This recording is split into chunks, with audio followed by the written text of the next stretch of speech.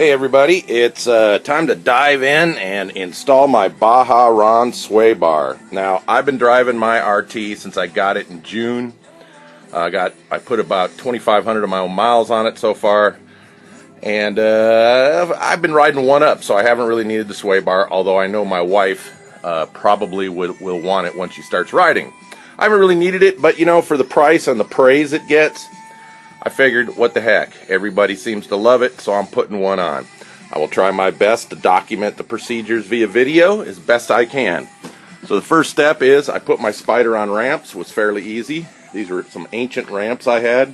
The new ones are lighter in plastic. You can get them pretty cheap. I've seen other methods like jacking it up and putting blocks under the wheels, but I had these, so no big deal. Alright, so what we'll do is we'll go read the instructions and do the first step. Okay, first step is Baja Ron wants us to pull off the panel for checking the oil, same on the other side. Now, Lamont has a video showing this, but basically, as he says, pull this top one first, then pull the bottom one. I've already had the grommet repair. There's a hook up here that's plastic. You don't want to bust it off, so you get that off next, and then you should just be able to pop the other rubber grommet. Alright, and what we're going to do to get our trunk loose is we need to take this screw out. Alright, so we're going to take that screw out, but we're going to go pop the other panel just like the other side, okay? Not hard, same procedure, and take those two bolts out. Okay, next step is we need to open the frunk, and what we're going to do is we're going to pull this push pin out so we can remove this access panel, and that push pin so we can remove that access panel. They're pretty easy to do. I don't have three hands. Sorry for the jiggly camera, but you get a screwdriver, you'll see a recess on each side. Now there's a tool that you can use that grabs under and pulls this up, but if you're careful, you can get under one side with a screwdriver and pull that up. Actually, that's not supposed to come out. Alright, once you get that out, then the panel should come right off. Unless I'm missing another one. No. Watch out for the switch here, don't damage it. I think I might have to remove my liner to get that out of there. Nope, it came out. Anyway, it's a little tough. My liner Velcro here was in the way, so if you have a liner, you might want to see if taking the weather stripping off and pulling it back might help get that out easier. Alright? Again, be careful of that switch. Alright? Okay, looking underneath, as you can see, I have a bump skid. Now, believe it or not, I've never been under here before. I didn't think it actually had one built in. Because that's what I thought the Spyder Pops was for, but apparently the Spyder Pops covers everywhere on the bottom, and this is the stock one, no clue. Now, you can get at the bolts without removing it, including the back one to loosen the trunk at the bottom, and I'll show more of that in a minute.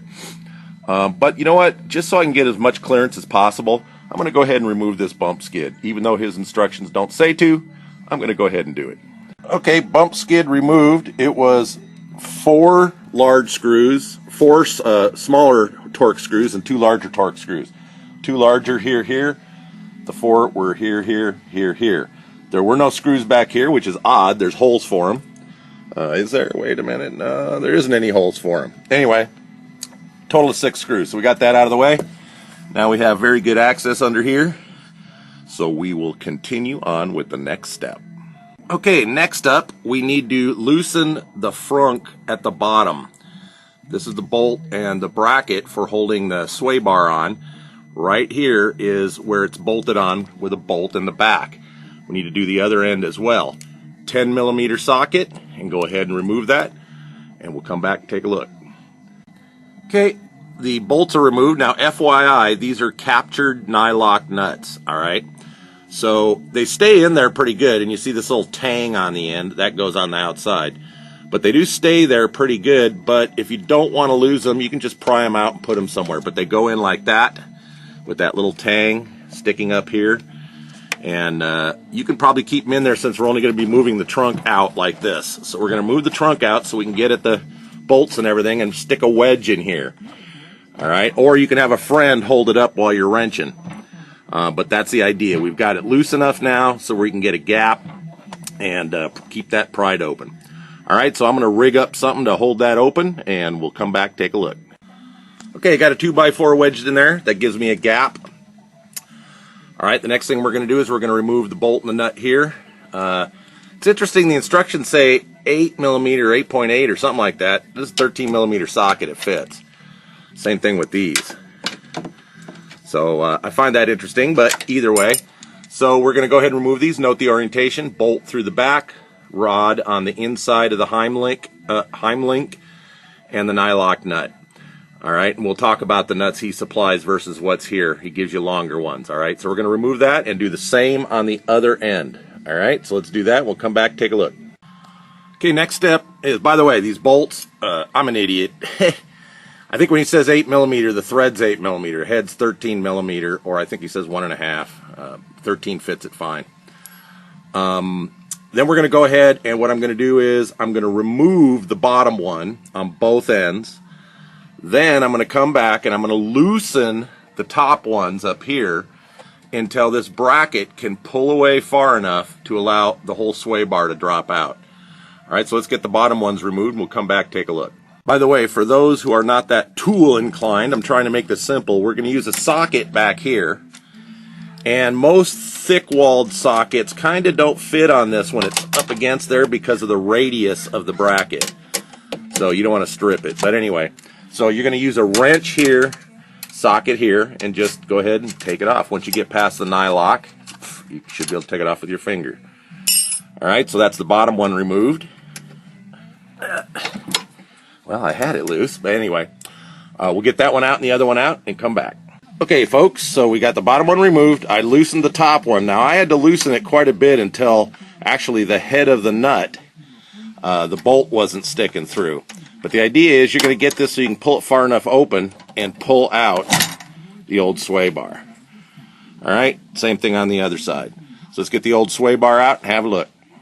Okay, folks, pardon my leafy garage floor, but California gets Santa Ana winds, and in the fall, these trees start dropping. It blows right in through the garage door. So, anyway, old sway bar. You can see the barcode on it. Old bushings. Ron sent me the new sway bar, which you can see the diameter is actually larger. All right, he also, I was a little confused with this when I first opened the bag, but now I understand. In this bag, it says 2013 RT. This bag says 2012 RT.